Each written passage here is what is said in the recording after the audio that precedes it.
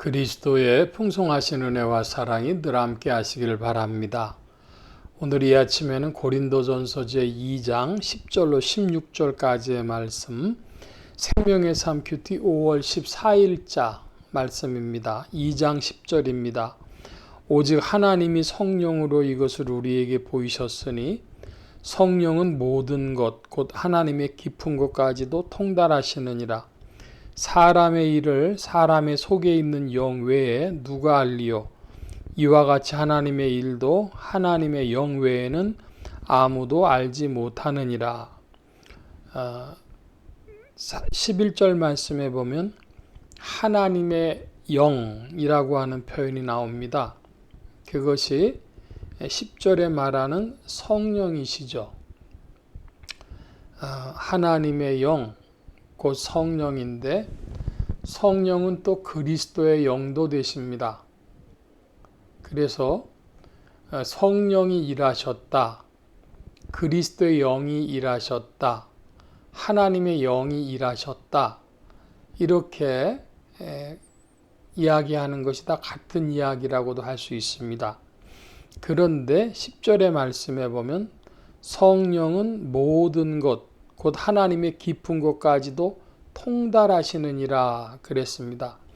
그러니까 성령과 하나님은 여기서는 10절에서 표현으로 보면 다른 존재로, 서로 대자적인 존재로 서로를 바라보는 그런 것처럼 표현이 되어져 있습니다.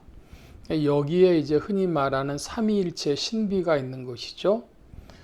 하나님이시면서 그리스도시면서 성령이신데 동시에 이 세 존재는 또 구분이 되어져서 하나님의 깊은 것까지도 통달하시는 성령님, 또 이렇게 표현되고 있다, 이 말씀입니다.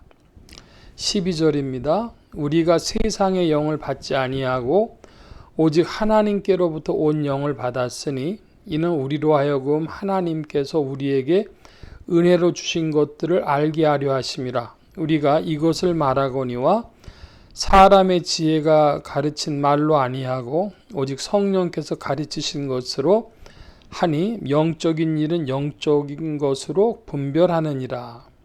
12절의 말씀에 보면 두 가지 영이 나오는데 하나는 세상의 영이 있고 또 하나는 하나님께로부터 온 영이 있습니다. 하나님께로부터 온 영은 물론 성령을 말씀하시는 겁니다. 근데 우리가 어떤 영을 받지 않고 어떤 영을 받았다? 세상의 영을 받지 않고 성령을 받았다, 이 말씀입니다. 그럼 세상 영이 뭐냐 하는 질문을 하겠죠.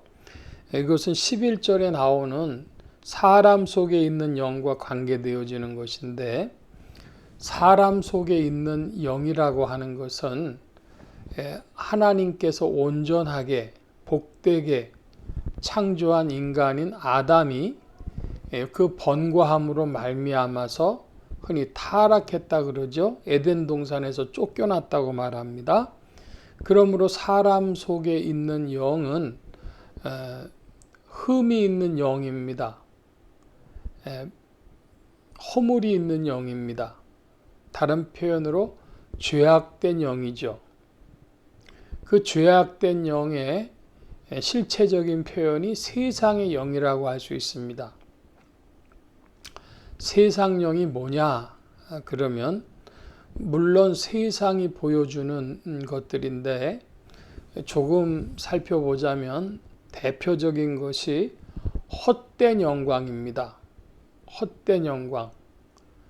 시간이 지나면 다 사라지고 없어지고 그럴 것에 사람들이 다 정신을 팔려서 살아가는 것이죠.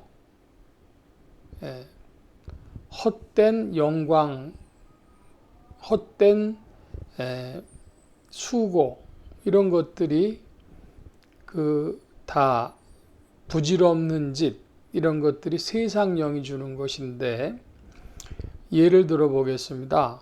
어떤 분이 예수 믿기 전에 비싼 가방을 이렇게 수집한 분이 있었어요. 근데 문제가 뭐냐 하면 그분이 그 비싸게 주고 산 가방을 한 서너 번만 들고 나가면 친구들 앞에 창피해진다는 겁니다. 그 지난번에 든 가방을 또 들고 나오니까 그 비싼 가방, 흔히 말하는 명품 가방인데 그 자기 친구들 앞에서는 한번 폼을 잡았는데 그거 갖고 계속 폼 잡기가 어려운 겁니다. 자기 스스로 그렇게 느끼겠죠. 그러니까 이분이 계속해서 이제 그 가방을 사야 됐어요.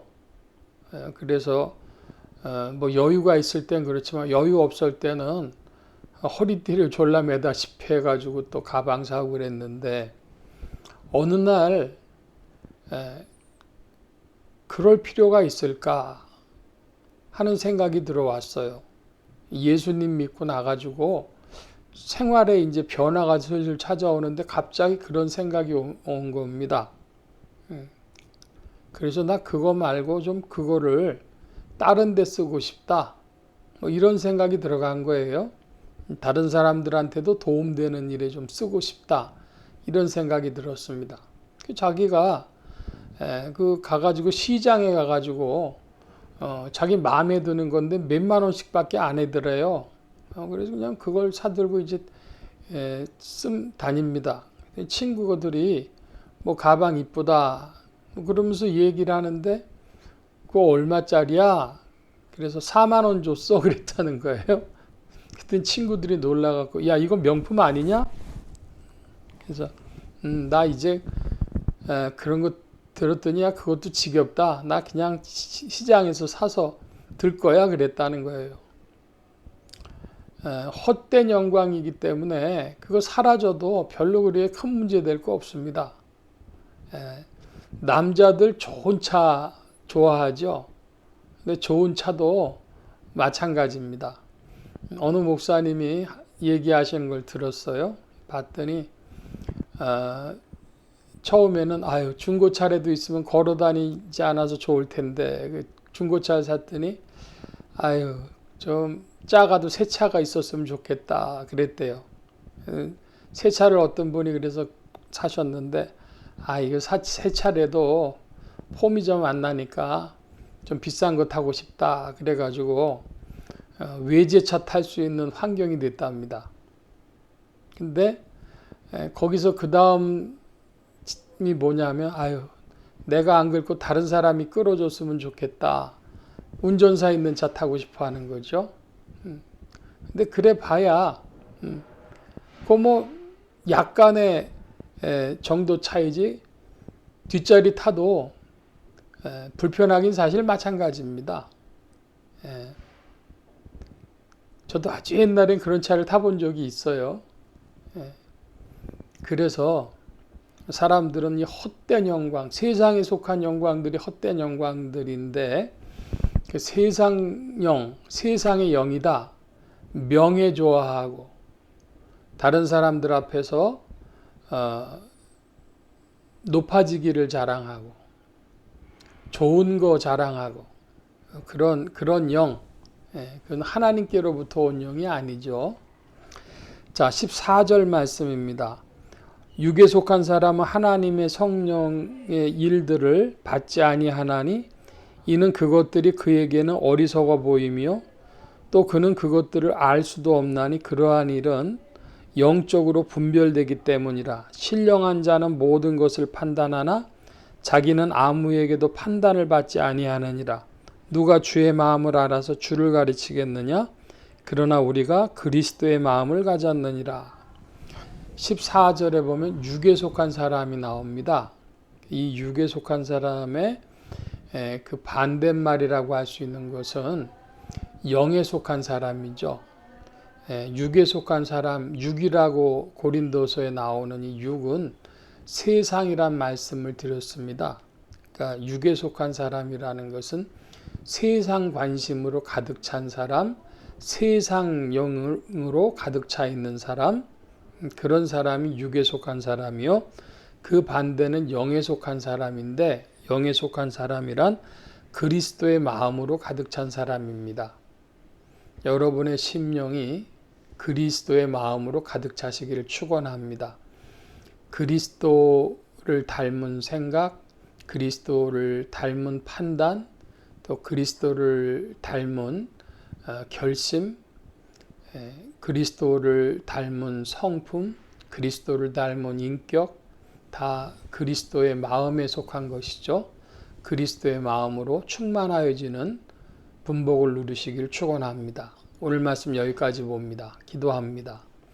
만복의 근원 되신 주님 함께하여 주셔서 그리스도의 마음으로 충만한 인생들이 되어지길 원하오니 헛된 영광에 세상령에 끌려다니는 자들이 아니요 오직 성령으로 충만함을 받는 그리스도의 마음으로 충만하여지는 지체들이 되게 하여 주옵소서. 성령께서 일하심을 구하고 감사하며 의지하올 때에 예수 그리스도의 이름으로 기도하옵나이다.